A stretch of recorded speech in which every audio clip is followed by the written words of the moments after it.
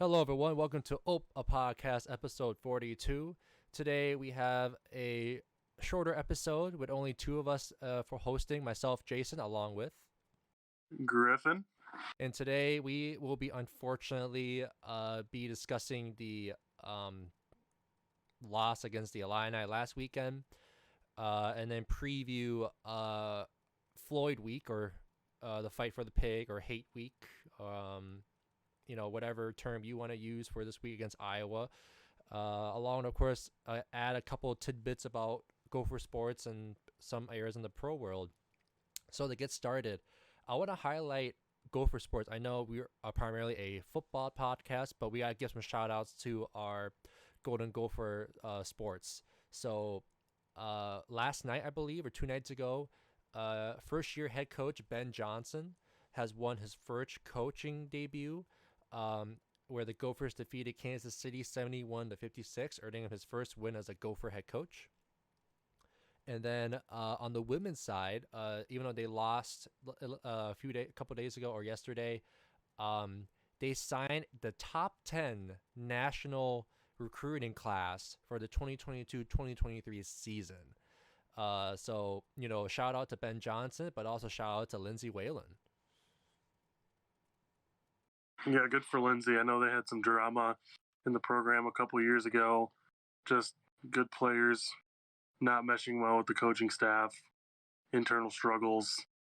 And I think we're getting past that now, and we're getting some fresh new people in here and restoring this program back to the good days. Hell yeah. Then next up, I do want to go and touch on some rankings in the hockey world as well. So, of course, Minnesota is the state of hockey, as all of us fans from Minnesota are aware of. So, looking ahead, women's hockey, Minnesota is currently ranked third in the nation, right behind Ohio State and Wisconsin, with a 7-3-0 record. And of course, on that side, head coach Brad Frost has received also a contract extension as well to stay on as head coach for a few more years, which is awesome. And Griff, we've only had two head coaches in program history. Wow. Yeah. And the program's been almost 25 years old at this point, so only two coaches in that span winning 7 national titles, if I recall. Yes, it should be 7. Yep. And cool thing too, a bunch of Gopher alumni in the women's team are also in the Olympics this upcoming 2022 year as well. So shout out to women's hockey for us. And then for Division One men's hockey, Minnesota is currently at number 6 in the USCHO rankings, and I think number 9 or 8 in the pairwise. So in the top 10 with a 6-4 record. Right now sitting behind St. Cloud State, Michigan State, Minnesota Duluth, Quinnipiac, in front of them in the USCHO rankings. But again, men's hockey, the record doesn't show it, but we've been having some close games in conference and out of conference play, but we are still 6th in the nation. But yeah, go men's hockey, and Coach Motzko also scoring another good recruiting class as well. Another thing I want to add with women's hockey, the first head coach in program history, Laura Halderson, still works in Gopher sports that I'm aware of. So that's really cool to not only just have two coaches, but to have them both working currently within the department. I think it's really awesome to see. And that program is so strong. Yeah, that's really awesome. And what we talked about, with PJ trying to do with football, women's hockey has pretty much cultural sustainability for 20 plus years too. Frosty, as they call him, has done a very good job of that. Yep. So just again, quick shout out to our Gopher Sports that out there. And also, if you missed any, if you're a fan of track and field, cross country, golf, or any other sports, feel free to chime in either on our YouTube or our other platforms or even our social media. We are active on Facebook as much as we can. So yeah, just let us know. But shout out to our Gopher Sports and what they do. So Griff, next up, our disappointing loss to Illini, 6-14. So I was in Chicago enjoying a nice trip with my girlfriend and some friends. So As you should have. I was not paying attention America! After the past intensely as I would have, but I'll let you take the wheel from here because I have no clue what the hell happened. Well, first off, I'm glad that you weren't watching this game. This was, I would have much rather been in Chicago doing other things as well. It was an abysmal performance just right out of the gate. We had missed coverages on Brandon Peters' touchdown pass. No one deep in the backfield, or not back deep in the deep on defense was able to pick them up. Newbin, Howden. They score. Chase Brown. There was absolutely minimal run defense in the first quarter. Chase Brown was running all over us. He made us not look like a top 5 rush defense. And not only to top it off after we settled down, because giving up 14 points isn't too bad, we could not get a rhythm going on offense. We called the same plays that they probably thought we were going to call. They would disguise coverages. So the only thing that I could say that I liked about this game was that, as I mentioned last week, I want Tanner throwing 25, maybe even 30 passes. And I think he hit 27. So I think that's a fair number, but credit to Illinois' defense. We got behind early, and this is not a team that can come back the way we play football. It's the ground and pound. It's the time of possession, play with the lead. This same style of football is not going to work when you're down 14-0. It's not going to work when you miss field goals at the end of the half. Nothing we did was working, and ripping Sanford, as Soup would do right now, I'm going to be a little bit lighter on it, but we did nothing creative. Absolutely nothing creative. And it's going to get to a point where you got to do something creative. And I could go on for a while, but I think maybe we should save a little bit of the heat, because otherwise I'm going to start getting mad and throwing my phone. Yeah. No, so like this is my knee-jerk reaction. So I have finally seen the box scores and press conferences after coming back from Chicago. So here's what irked me. So here is play-by-play from everything. So in both all scoring drives and non-scoring drives. This is just Minnesota alone. First half, interception, punt, turnover on downs, punt, missed field goal, end of half. Second half, turnover on downs, punt, touchdown with a missed extra point, and an interception on this final drive to try to win the game. When I see that, I'm like, what the hell happened? Of course, I obviously, the turnover on downs, we try to go for it for like this fourth, I believe some of these were like 4th down and 2 or 1 that we did not get. Let's see here. Tanner had 2 turnovers in the game.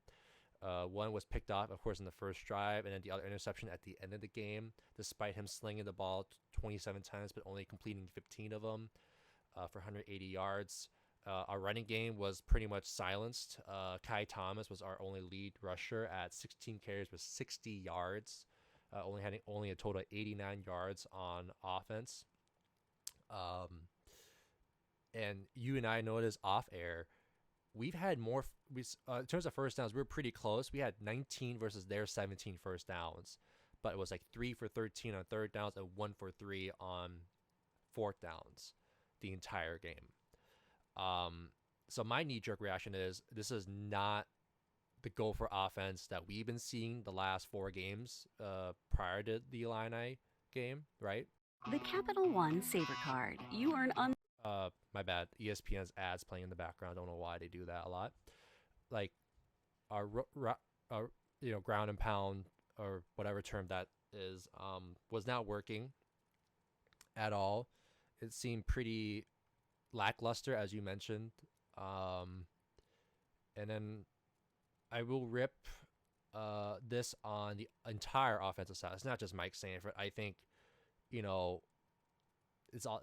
Remember, Mike Sanford and Matt Simon are co-offensive coordinators still by title, And that was a lackluster offensive performance on either side of the ball, both rushing and in the receiving core. Like I thought our receivers couldn't get the separation, and Tanner was underthrowing passes. Defense, I think, got it together after the first quarter, but other than that, this was a repeat of the same Gopher team that lost to Bowling Green earlier in the season. That's what I saw in the highlights and the stats. I will say I am very disappointed in what I saw coming back. This team is so good. We know it. This defense is really good. We have a good rushing game. We have playmakers at the receiver level. We know Tanner can get dangerous. It's just lackluster. And like you said as well, I think the play calling was just terrible. I think our offensive line took a very small step back too, because they were not dominating the line of scrimmage as much as they should have. Illinois had 6 sacks.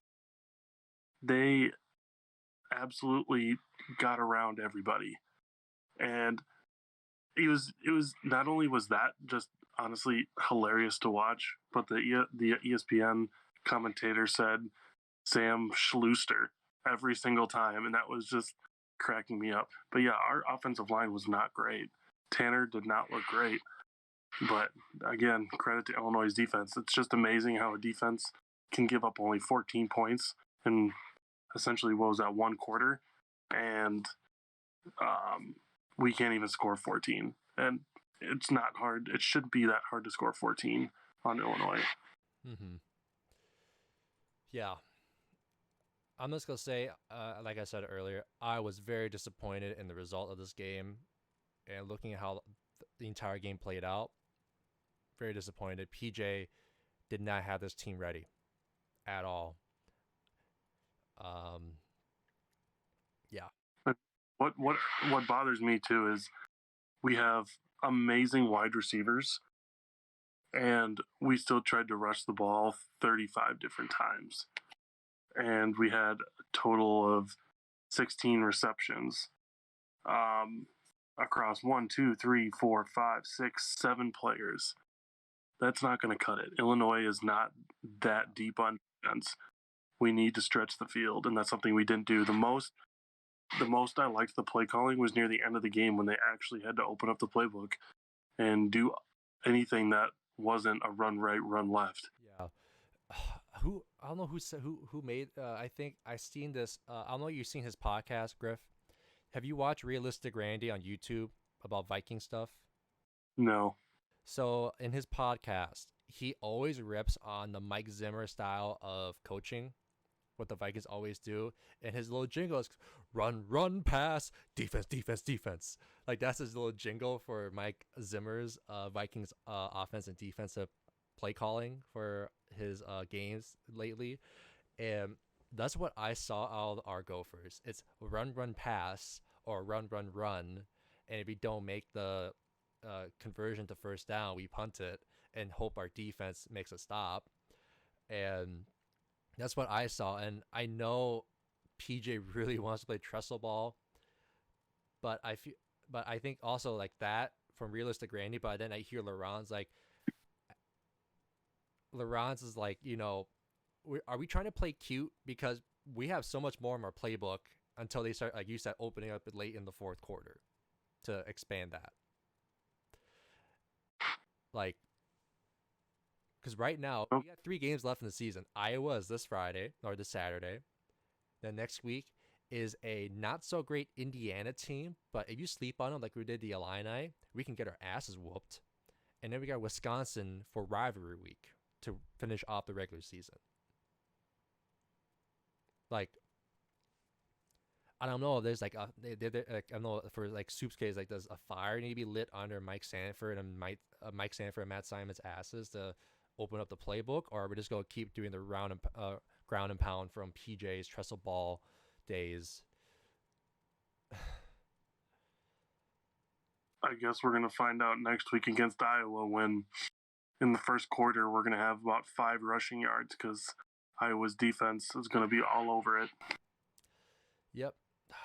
I'm done with I'm done with the Illini game. Want to move on? Might as well. Yep.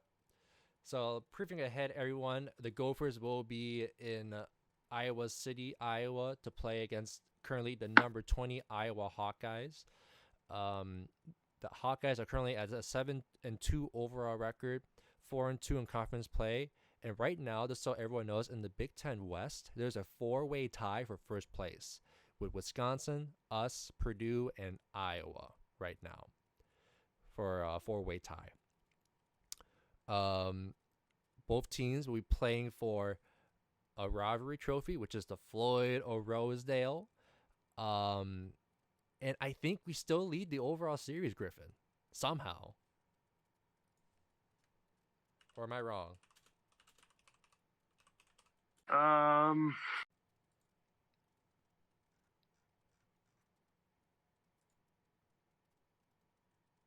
think we might. I think it's within like one game. Yep. No, actually, Minnesota leads the series 62-50-2. The trophy series, though, is tied. Yep. So, just so everyone knows, the last time we won the Floyd of Rosedale was in Kinnick, by the way. It was 1999. In Kinnick, 1999. Last time we won it was in Minneapolis in 2014, where a Jerry Kill team beat them 51-14. Wow. Yep. And here has been our more recent matchups. We lost to them in 15-40-35, 16-14-7, 17-10, and 17-18, 48-31, 2019, 23-19, and 2020 during the COVID year, 35-7. Yep. So, yeah. And then also quick tidbits. This will air on Big Ten Network at a 2:30 p.m. kickoff. Right now, in terms of ESPN's Football Power Index for FPI, they're favoring Iowa 68% to us 32% roughly. And then the money line has the Gophers as plus 5.5, over under being at 37. Yeah, Iowa, this is going to be, I can see this game turning out kind of with a similar score to this Illinois game that we just had. I mean, we have a lot of, well, both teams need to run the ball to succeed, and neither team can really pass, even though Tanner Morgan is the better passer in my eye. But this game isn't going to work for the Gophers if they're going to try and run the ball, because we know how good Iowa's defense is. And I actually want to note this. Iowa's starting quarterback, Spencer Petras, is not playing. He is out with injury. Oh, so it's Padilla? So Alex Padilla will likely get the starting nod for this weekend's game. That's interesting. I think he got hurt or Petras got hurt or got a concussion towards the end of the Northwestern game that they had last weekend, where Iowa barely squeaked out 17-12. That does change it up a little bit because Padilla is a little bit more mobile, but I still don't know how great he is at reading the so that'll be very interesting. That can either be really good for Iowa or really bad. Yep. And Tyler Goodson is still their lead rusher at 170 carries for 754 yards with 6 touchdowns this season. And then I think their lead receiver, who has 34 receptions for 391 yards and 2 touchdowns, is Sam Laporta, who is a 6'4", 250-pound tight end. Only 350. Or 250. Gee, awful. Yep. So knowing how Iowa operates, their tight end, for sure, because Laporta seems to be getting some numbers and being that safety net for their quarterback, Spencer Petras. But yeah, I will trust our DBs enough to play man if we can just, for the love of God, put 8 people in the box for Tyler Goodson, because Tyler Goodson is that guy that he can find a small seam and rip it wide open. And our defense will let that happen if we're on the field too much. We just will. So it'll be a battle of defenses, I'd say, for the most part.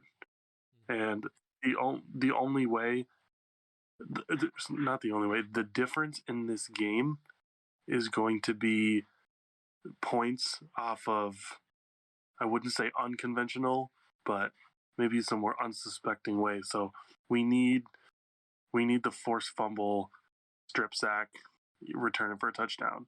We need the pick six. We need the safeties. Whatever happens is likely going to be the difference in this game. So, long story short, points off turnovers, because we know both offenses can't score.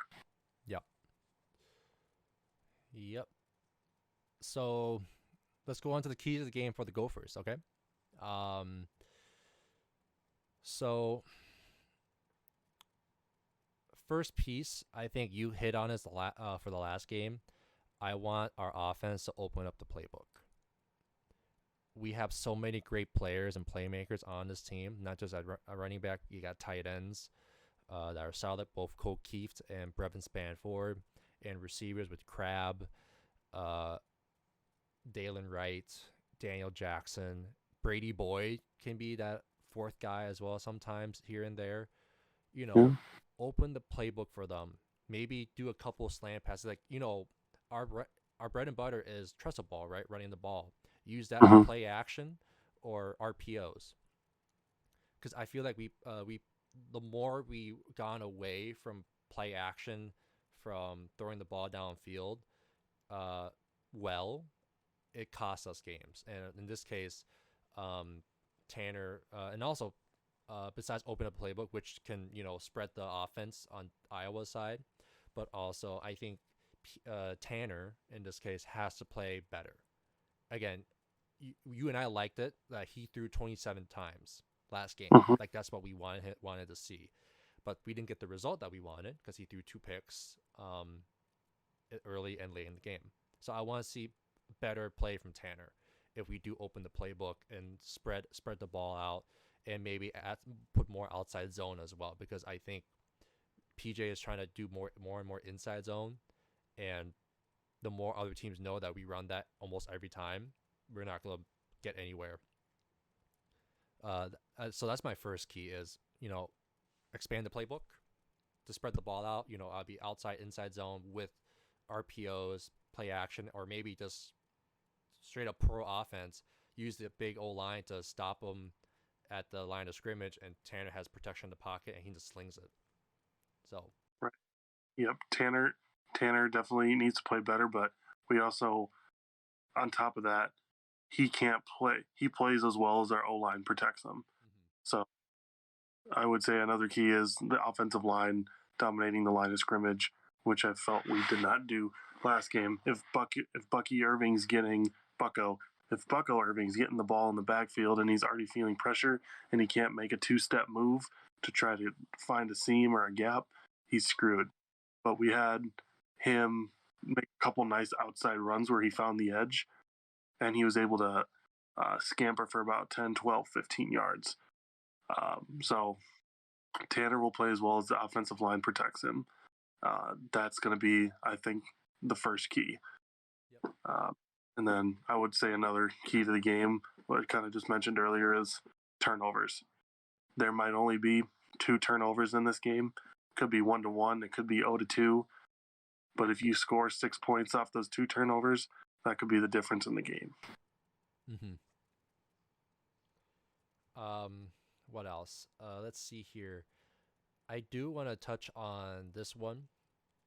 So I think on the defensive side, I think our defense are going to be solid, right? As they've been so far this past season. I'm down for what you said, 7-8 guys in the box to stop the run game and let our DBs make force their quarterback to beat our DBs. But I will say, I wouldn't mind having Jack Gibbons, our one of our grad transfers that joined the Gophers, or Mariano Sorimarin be that spy as well, because Alex Padilla does have legs, unlike Petrus. So it may be good to have him in coverage as well. But again, I expect our defense to be solid.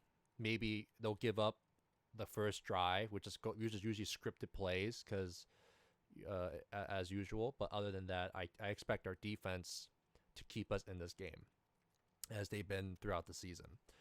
Another thing, when I said open the playbook, I wouldn't mind seeing Cole Kramer sling it more than one pass a game.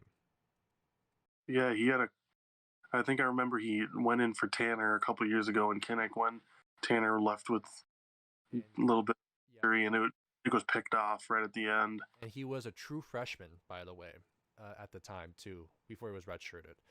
But no, I'd say give Cole a chance, because he, when they think he would throw the ball, he just does a perfect step back, get his feet, fundamentally his feet is in place, and then lobs a pass, not a great pass, but a pass good enough to get outside the hands of the defenders, like D linemen, and get it to our tight ends as a safety blanket or running backs.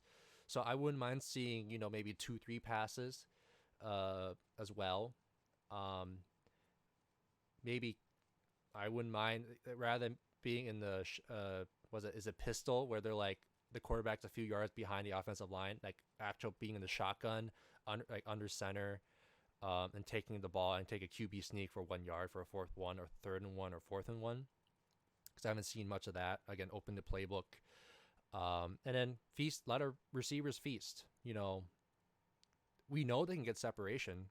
We can do the slants. We can do the corner routes and post routes. We can do all that. It's just I'm after seeing the Illini game and then the Bowling Green game that we lost, where we saw a very vanilla offense, I want more, but not too much that it's not working anywhere.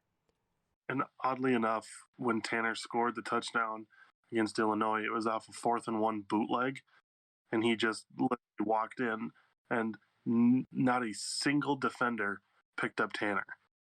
And I sit there and think, if you run this play maybe 2-3 times a game, even if you only ran it 3 times a game, I'm sure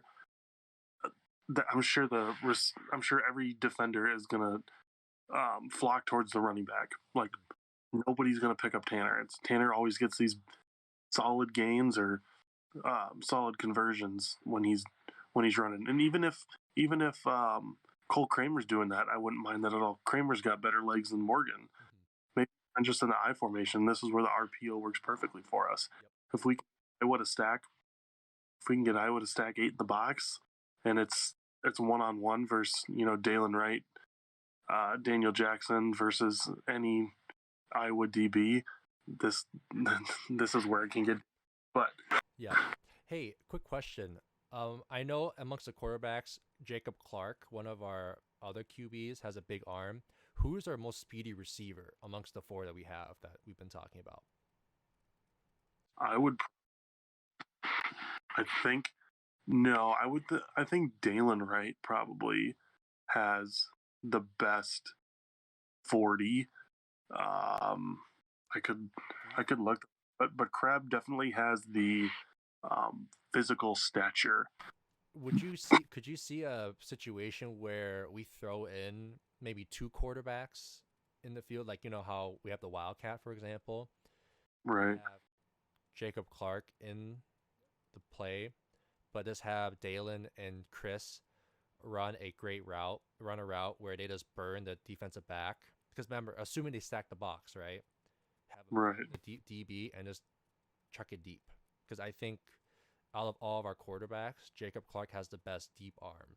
And we saw that, I think, in 2019 when he came in for reserve duty, and threw that nice pass to, I think at the time it was probably Brady Boyd or someone else, one of our 6, 7 string receivers. Again, I'm open to that. Again, I'm open to anything as long as it gets the offense rolling and, pumped up, excited, and morale up there. But I do agree though on the defensive side when we have to stop Iowa's offense, stop the run, and don't and try to make that quarterback beat us and have our DBs be ready to go. But I think that's it. Again, my keys to the game: just offense be better in general, give me something to work with, and defense just play as they always do and contain the QB and running backs. Anything else, or want to go in predictions? One more thing in terms of keys of the game is just pressure on Padilla, make him make errant throws, hit him a couple, even if he lets the ball go and you're one step in away from hitting him, just push him to the ground, make him feel like he's constantly under pressure, make him throw the ball away, force an intentional grounding, like literally whatever you can do to rough the dude up a little bit without purposely hurting him, because that would be bad. And we need more than one sack. That's just abysmal. Yep. If you're okay with it, you want to go to predictions. So I'll start off here. So preseason, I said we would lose for this game, and I'm going to say Iowa will hit the spread, and they'll be or cover the spread, and they'll beat us 27-20. If the Gophers lose, I know it's I think it's gonna be a dogfight, but it's gonna be more scoring, not like the teens that we've seen Iowa and Minnesota played. If we win though, I'm taking the Gophers 20-14, and the reason we have this 20 score is that Matt Trickett will miss an extra point and a couple of field goals throughout this game, because I don't trust our kickers, or at least him kicking. Fair enough. All right, what did Griff say preseason? You said loss as well. Here we go. Let's do... This is going to be a game of predominantly field goals in my eyes. Okay. Let's go 19 for Iowa. And... Oh... Tough. Maybe 7. We get a touchdown and an extra point, but throw a pick in the 15 for the Gophers. 15, okay. You want to provide a win prediction too if we win it? 2-0. No, okay. Let's do let's do a 20-16. I'm keeping it within the spread. I got a lunch on a coworker that's an Iowa fan. So he said he'd give me at least the spread. They're assuming they're going to win, so Gophers just have to lose by less than 5.5. All right. Well, that's pretty much it for our preview for the Iowa game. Again, it's this Saturday, November the 13th. Big Ten Network at 2:30 p.m. kickoff. If you're a fan that does not have it on your local listing, as right now the Big Ten Network's only airing in states that air the Big Ten for your local team, I really do advise YouTube TV, or for if you're in the state, or Fubo TV, because you have more coverage around the country. Can I promote an illegal streaming site that I used to watch? We're not sponsored, so you can. Okay. Sportsurge.net. It is... I've watched every single Gopher game that I've needed to on there. They have every single college football game. Super great site. Spelled out just like I said, it's sportsurge.net. It is a beautiful thing, and it has saved me several times. Awesome. Well, moving on from previewing the Gopher game here, any discussion points? Well, I'll say this: the Vikings lost to the Ravens in overtime when we got an interception from a tipped pass. Sanford pulls plays, or Kubiak pulls plays right out of Sanford's book. It's like great. First and 10, moving backwards. Like, the Vikings had everything going their way for a while, and they just pissed it away. But we can expect nothing less. Yep. I kind of see Mike Zimmer as Scott Frost, where they could keep extending him for a year, but it's still just delaying the end result of they're just going to get fired. Yep. And if the source you found out that the Wilfs were coming in on Mondays, which they usually don't, to talk to Mr. Rick Spielman, the GM, and the staff, not good. It's a wake up call saying, get your shees together, man. Yeah, we have a nice stadium. We have a great fan base. This team looks better on paper. It was really good on paper. We're not utilizing it. Like, I think Thielen and Jefferson did not have much in terms of the passing game last game as well. Dalvin is not hitting his, like 100 yards plus a game as well. So, man. And also on the O-line, only our tackles are doing well.